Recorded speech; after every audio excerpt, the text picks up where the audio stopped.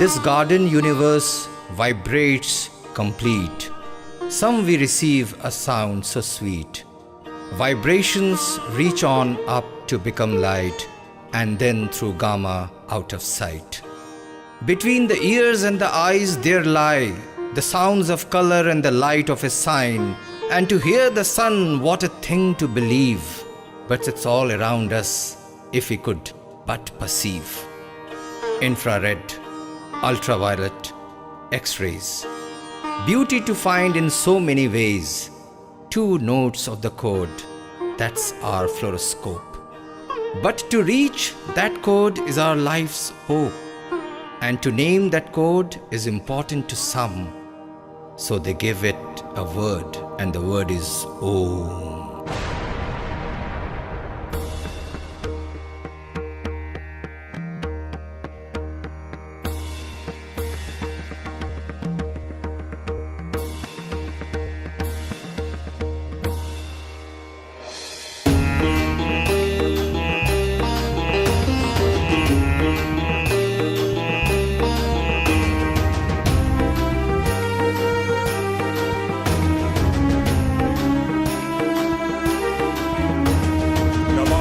शमीशाम निर्वाण रूपम विभुं व्यापकं ब्रह्म वेद स्वरूपम निजं निर्गुणं निर्विकल्पं निरीहं चिदाकाश महाकाश वासं भजेऽहम्।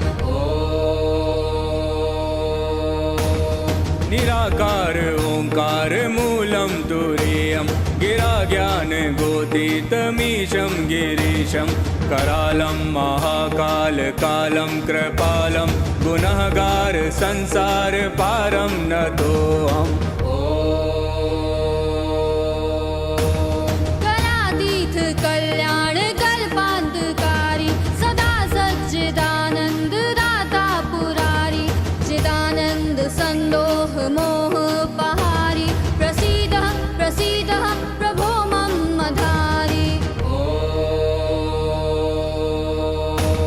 नमामि शमीशां निर्वाण रूपं विभुं व्यापकं ब्रह्म वेद स्वरूपं निजं निर्गुणं निर्विकल्पं निरीहं चिदाकाश महाकाश वासं भजेऽहम्।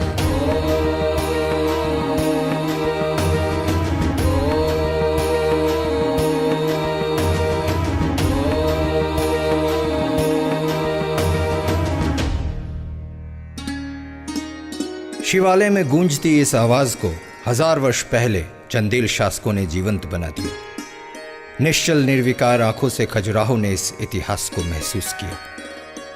अपनी आंखों से उठते गिरते विवादों को, भोग और सन्यास के द्वंद्व को यहाँ की मूर्तिकला ने महसूस किया। 9वीं-10वीं सदी में जब भारत विदेशी आक्रांताओं से जूझ रहा था, चंदेल शिल्पकार अपनी तुलिका से पाषाण पर धर्म और दर्शन का एक नया अर्थ गढ़ रहे थे। खामोश लकीरों में सांस भर रहे थे। शरीर की सच्चाई को अंधेरी चार दीवारी से निकालकर धर्म की मिट्टी को काम के सांचे में गढ़ रहे थे। अद्भुत, विचित्र, अप्रतिम शिल्पकला। संपूर्ण विश्व स्तब्ध और मौन, और चंदेलों ने अपने धर्म को रति की तुलिका से तराश दिया। इन मोटी सुंदर दीवारों पर उकेरी ये प्रतिमाएं अमर हैं। इनमें जीवन का प्रत्येक पहलू नजर आता है। धर्म और काम जीवन के 2 पहिए के रूप में जन्म से जरा तक की यात्रा में एक दूसरे के सहचर बने रहे। तुर्की आक्रांताओं से भयभीत होकर जहां कई राजवंशों ने अपनी अपनी संयुक्ता को घर की 4 दीवारी में कैद कर लिया, वहीं चंदेल समाज ने अपनी नारी को मुक्त भी किया, उन्मुक्त भी। धर्म में देवताओं के सहचर के रूप में, काम क्रीड़ा में शर्मीली संगिनी के रूप में, योगी और योद्धा के रूप में, श्रृंगार और प्रेम के रूप में, इन दीवारों पर नारी की विभिन्न रूप सर्वत्र है। वर्षों तक मौन की समाधि में डूबी ये दीवारें बहुत कुछ बोलती हैं। आइए इन्हें गौर से देखें और इन निःशब्द दीवारों को ध्यान से सुनें। ये मूर्तियां जीवित होकर स्वयं अपनी कहानी बयां कर देंगी। खजुराहो पवित्र संस्कारों की प्राचीन परंपरा का प्रतीक, विश्व भर के सैलानियों के लिए एक अनोखी कला नगरी और चंदेलों की सामंतशाही संपन्नता को दर्शाती एक हकीकत। ये मूर्तियां अब से 1000 वर्ष पहले तराशी गई, फिर भी इतिहासकार और मनोवैज्ञानिक सभी अपने अपने नजरिए से इन मूर्तियों का एक नया खाका खींचने में लगे हैं। सैलानियों के लिए प्रेरणा और आकर्षण का केंद्र रही ये मूर्तियां, इनमें मानव जीवन का हर एक पहलू कहीं न कहीं उभर कर सामने आता है। पत्थरों पर तराशे अप्रतिम नारी सौंदर्य से ये दीवारें भरी पूरी हैं। ऐसा लगता है जैसे शिल्पकारों के जरिए चंदेल समाज ने यह समझाने की कोशिश की कि यौनत्व जीवन का अनिवार्य सच है, एक ऐसा सच जो क्षणिक ही सही व्यक्ति को पारलौकिक की अनुभूति कराता है। योग और भोग की संधि, धर्म और कर्म की संधि, शरीर और आत्मा की संधि। सच मानिए, धर्म की ऐसी जीवंत व्याख्या शायद विश्व की किसी भी कलाकृति में नहीं की गई। मैं हूँ खजुराहो की नायिका, चंदेलों की परी। मैं न गर्हित हूँ न पीड़ित, स्वच्छंद भी हूँ स्वतंत्र भी, चंदेलों का स्वप्न भी हूँ और संज्ञा भी। सत्य, शिव और सुंदर सब मुझ में समाहित है। धर्म में हूँ और कर्म में भी, गीत संगीत में हूँ, प्रेम प्रलाप में हूँ। मैं हूँ सृष्टि, मैं हूँ श्रृंगार, रण में हूँ, राजनीति में हूँ, चारों तरफ मैं ही मैं हूँ। इन मोटी दीवारों पर उकेरी मेरी प्रतिमाएं हकीकत हैं, कल्पना नहीं। कहीं संगिनी की तरह पारलौकिक की अनुभूति में, तो कहीं माँ के ममत्व के रूप में, कहीं दुर्गा की शक्ति की तरह, तो कहीं सीता की पवित्रता के रूप में। मैं काम क्रीड़ा की विषय वस्तु नहीं, ना ही महज पत्थरों की माया हूँ। मैं चंदेलों की शक्ति, गौरव और प्रेम का प्रतीक हूँ। मैं जीवन का सारांश हूँ। दुनिया ने मुझे विवाद की किरणों से दाह दिया, झूठे इतिहास ने मुझे विचलित करने की चेष्टा की, और मैं अपलक आंखों से भोग और धर्म की व्यथा को महसूस करती रही। मैं ना तो सामंती समाज की तड़प हूँ, ना ही स्त्री पुरुष की काम उत्कंठा का पशु अभिशप्त रूप। मैं काम और मोक्ष का मुक्ति मार्ग हूँ। मैं चंदेलों की दबी उत्कंठा का प्रतिबिंब नहीं, उनकी शक्ति और परचम की प्रेरणा हूँ। Khajuraho is a science of new religion that Chandelas practiced for years and offered a new paradigm of thinking.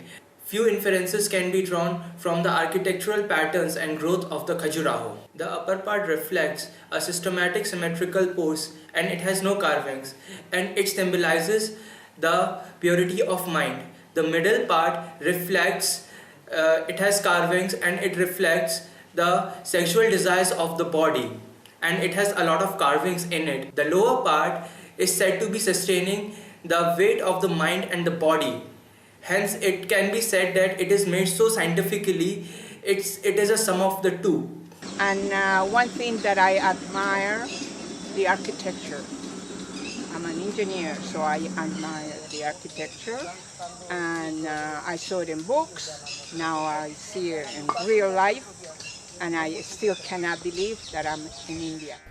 इन मंदिरों में जहां एक तरफ देवी देवताओं की मुद्राएं तराशी गई, वहीं दूसरी तरफ धर्म को कर्मकांड, काम क्रीड़ा और आम जीवन के रोजमर्रा के पहलुओं में दिखाया गया। मायने स्पष्ट हैं, धर्म केवल नारियल यज्ञ पूजा नहीं, बल्कि मानव जीवन की सभी क्रियाओं का योग है। शर्म के आवरण में छिपा भोग सत्य है और ज्ञान से परिपूर्ण योग भी शाश्वत है। यहाँ की अधिकांश दीवारें नारी को केंद्र मानकर इसी दर्शन और अध्यात्म की कहानी बयां करती हैं। शायद यही वजह है कि इन दीवारों पर धर्म को यज्ञ, हवन, बलि जैसे रूपों में न दिखाकर योग, प्रवचन, श्रृंगार, प्रेम और काम की तूलिका से तराशा गया है। गौर से देखें इन दीवारों को, योग और भोग की संधि पर खड़ी सशक्त ये दीवारें, न सीमेंट न गारा। ये तो जुड़ी हैं धर्म और कर्म की मिट्टी से, निर्वाण, मोक्ष और कैवल्य के दर्शन से।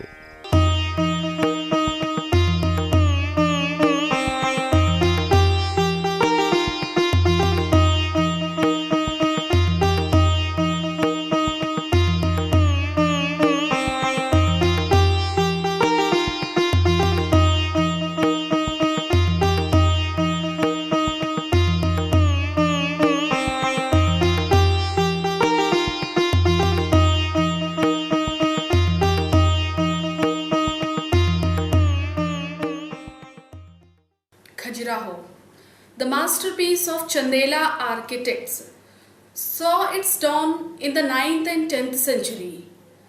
The Chandela were the feudatories of Gurjar Pratihar dynasty. For many, these carvings are mind-boggling and mysterious. But let's not see stereotyped answer. They were the rulers who gave patronage to the stone carvers. This collage of carving speaks volumes of religion as complete package. Hence, Khajuraho, the greatest teacher on the earth of art of living. It's beautiful. It's a wonderful place, and really it's the best that I saw in the world. Es realmente hermoso. Es único en el mundo. Nosotros hemos venido aquí especialmente a ver esto. Save for the future, please. विश्व भर के पर्यटकों के लिए ये मूर्तियां आज स्फूर्ति और नवजीवन का साधन स्थल है। इन मंदिरों की एक परिक्रमा मात्र ही आपके सुसुप्त कर्माणी शरीर को जागृत कर देती है, ऊर्जा, उत्तेजना और स्फूर्ति प्रदान करती है। शायद चंदेल समाज कर्म की साधना को ही संन्यास और ज्ञान का मार्ग समझते थे। बेशक इस रहस्यमय कला ने खजुराहो को आज विश्व आकर्षण का धरोहर बना दिया। यहाँ ना तो रत्न जड़े दीवारें हैं, ना ही संगमरमर की धवल चमकदार प्रतिमाएं, फिर भी पत्थरों पर तराशी ये मूर्तियाँ आपको जीवंत बना देती हैं। जन्म से जरा तक की यात्रा, मन को सुकून और शरीर को पुनर्जीवित कर देने वाली ये कला, आइए इन्हें महसूस करें। ये दीवारें बोलती हैं, यकीन मानिए ये दीवारें बोलती हैं। हाँ, मैं पत्थरों में मढ़ी माया हूँ, पर परंपरा की अश्लील शिल्प कला नहीं। वर्षों से तुम मुझे देखते रहे, निहारते रहे और अपनी अपनी कहानी गढ़ते रहे, और मैं दीवारों पर जड़ी स्तब्ध नारी की तरह निशब्द रही। ध्यान से देखो, मैं हर जगह मौजूद हूँ, कहीं शिव के पार्वती के रूप में, कहीं विष्णु की लक्ष्मी के रूप में, तो कहीं काम की रति हूं मैं दुर्गा भी हूं और चंदेल समाज की शक्ति भी। ऐसा लगता है मानो लौट आई हूं वापस अपने घर को आज। न रावण है, न दानव, न दुर्योधन, न दुशासन। दिन को होली, रात दिवाली, अपने घर को आज। रूप श्रृंगार, गीत संगीत, यहाँ प्रेम योग सब मीत। कैसी दुनिया, तुम कैसे लोग बुझा रहे सब दीप। इतिहास सच है और इस सच का गवाह हूं मैं तो जलते रेगिस्तान की परत उतारकर गहराई में बीज बो देने की कामना हूं। मनु की काम ध्वनि, सुजाता की खीर और योग भोग की संधि, मैं सब कुछ हूं। हाँ, मैं खजुराहो हूं, स्वप्न भी और संज्ञा भी। 1000 वर्ष बीत गए, कितना कुछ बदल गया। लोग बदले, धारणाएं बदली, समाज बदला। पत्थरों पर उकेरी ये प्रतिमाएं अश्लील हो गईं, प्रेम भोग बन गया, धर्म और काम का तलाक हो गया। इन दीवारों पर हंसती खिलखिलाती बेटियां अब रोती बिलखती अभिशप्त हो गईं। तमाम अधिकारों के बावजूद चार दीवारी में बंधी और सहमी हैं वे। कभी ये मां के रूप में तो कहीं देवी के रूप में और कहीं संगनी के रूप में पूज्य थी ये, पर आज सामंती समाज की सिर्फ एक शिकार है, शिकार। इन मूर्तियों को देखने से पहले बेहतर है इन्हें पढ़ें और समझें, क्योंकि बाहर बैठी एक नन्ही परी फिर से उड़ान भरने को तैयार है।